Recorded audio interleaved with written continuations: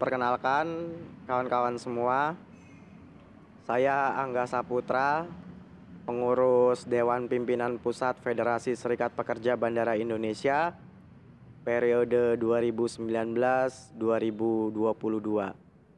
Saat ini saya dipercaya untuk mengurus bidang pengorganisiran dan pendidikan di FSPBI. Ada beberapa pertanyaan rangkuman dari teman-teman Mas Angga. Yang pertama, kapan sih mulai ikut berkecimpung di organisasi? Kalau di organisasi dulu waktu kuliah kurang lebih tahun 2010 ya, saya sudah terlibat di organisasi kampus. Jadi kalau teman-teman tahu di kampus itu ada kayak BEM, ada kayak himpunan mahasiswa di masing-masing prodi dan fakultasnya. Nah, sejak tahun 2010 itu saya sudah terlibat sebagai anggota di organisasi kampus. Kalau untuk saat ini, kenapa sih harus milih serikat pekerja? Jadi kalau kita lihat semua organisasi itu pasti punya agenda-agenda perjuangan. Nah, berangkat dari cara berpikir mengenai bahwasanya pekerja atau buruh adalah orang yang menjual tenaga kerjanya, karena latar belakang saya juga pekerja dan buruh ya. Maka berangkat dari situ di dalam perusahaan kerap kali pekerja itu tidak memiliki posisi tawar di hadapan pihak perusahaan. Dalam hal ini adalah manajemen. Maka seringkali juga walaupun tidak terjadi di semua tempat, ada yang namanya pengurangan hak-hak pekerja. Ada hak pekerja yang berdasarkan aturan ketenagakerjaan tidak diberikan oleh pihak perusahaan, karena berangkat dari posisi tawar pekerja itulah yang rendah serta rentan di hadapan pemilik modal. Karena tadi balik ke awal itu tadi, karena saya berangkat dari seorang buruh, maka saya melihat satu fenomena bahwasanya buruh atau si pekerja itu sendiri penting untuk memiliki alat perjuangan. Dalam hal ini adalah serikat pekerja. Paling minimal adalah serikat pekerja. Karena dengan berserikat, dengan membangun organisasi perjuangannya, kaum buruh atau pekerja-pekerja rentan bisa mengadvokasi dirinya serta memperbaiki kondisi kerja yang ada di dalam perusahaan itu sendiri. Sejauh sebelum adanya serikat pekerja, mereka ada yang upahnya di bawah UMR, ada yang hak-hak yang lainnya sesuai dengan aturan tidak pernah diberikan, dan yang lain-lain. Nah, upaya itulah para pekerja bisa mengadvokasi dirinya untuk perbaikan kondisi kerja yang jauh lebih baik. Nah, kalau ngomong-ngomong serikat pekerja, kenapa sih serikat pekerja itu bisa lemah? Yang saya ketahui ada dua jenis serikat pekerja ya. Yang umumnya ada dua jenis serikat pekerja yang umumnya terbentuk di dalam perusahaan. Pertama adalah serikat pekerja yang memberikan servis kepada anggota. Terus yang kedua adalah serikat pekerja yang terorganisir. Dalam hal ini adalah serikat pekerja yang memberikan servis umumnya anggota hanya perlu membayar iuran, lalu terkait hak-hak dan yang lain-lainnya itu yang memperjuangkan pengurus. Gampangnya ya, nasib itu dititipkan kepada pengurus lah, sederhananya seperti itu. Tapi kalau kita lihat yang kedua, organisasi yang terorganisir, semua aktivitas organisasi itu melibatkan partisipasi anggota.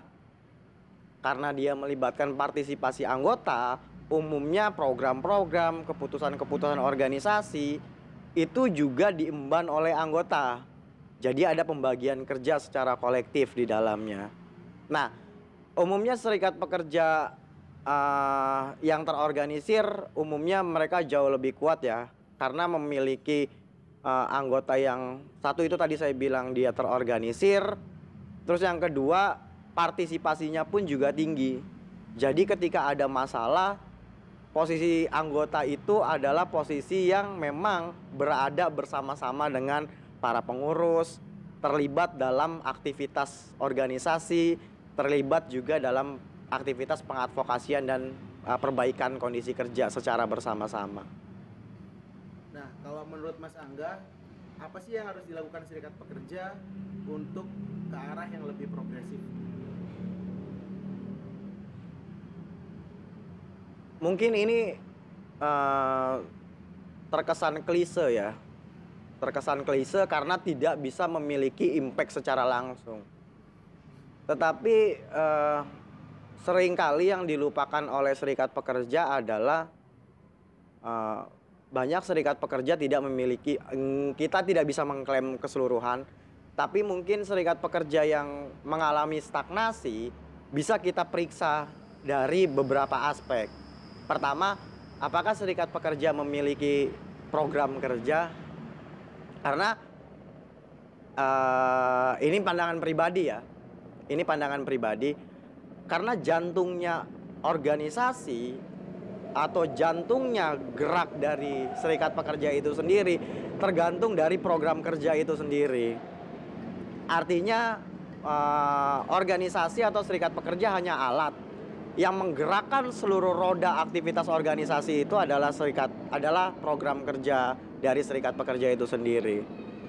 Nah, terus yang kedua, kalau kita mau mengukur seprogresif apa organisasi itu atau serikat pekerja itu, kita bisa mengukur apakah di dalam program-program kerja tersebut serikat pekerja memiliki program-program pendidikan. Nah, program pendidikan ini harus dibangun secara berkala. Dia tidak bisa lahir terus langsung menjadi satu fondasi yang kuat di dalam serikat pekerja. Nah, serikat pekerja harus dibangun secara pendidikan serikat pekerja harus dibangun secara berkala, berkesinambungan, serta melihat kondisi-kondisi real di lapangan. Sehingga tujuan dari pendidikan itu adalah salah satunya adalah mengaktifasi si para anggota itu tadi. Karena kita mungkin sering ngelihat ketika kita terlibat di dalam aktivitas serikat pekerja, banyak anggota yang memang tidak mengetahui apa yang menjadi hak-hak dasarnya. Banyak juga mungkin anggota serikat pekerja yang hanya menitipkan apa yang dia inginkan kepada para pengurus di serikat pekerja itu sendiri. Nah, melalui pendidikan, maka ada penyetaraan soal pemahaman, ada penyetaraan soal pengetahuan yang bisa didistribusikan kepada para anggota, sehingga kita bisa memprospek kapasitas anggota atau kapasitas pendidikan, kualitas pendidikan itu akan menentukan bagaimana organisasi itu akan bergerak ke depannya gitu. Dari banyak puluhan buku yang Mas Angga baca, ada nggak sih buku favorit yang dibaca terus diterapkan di organisasi?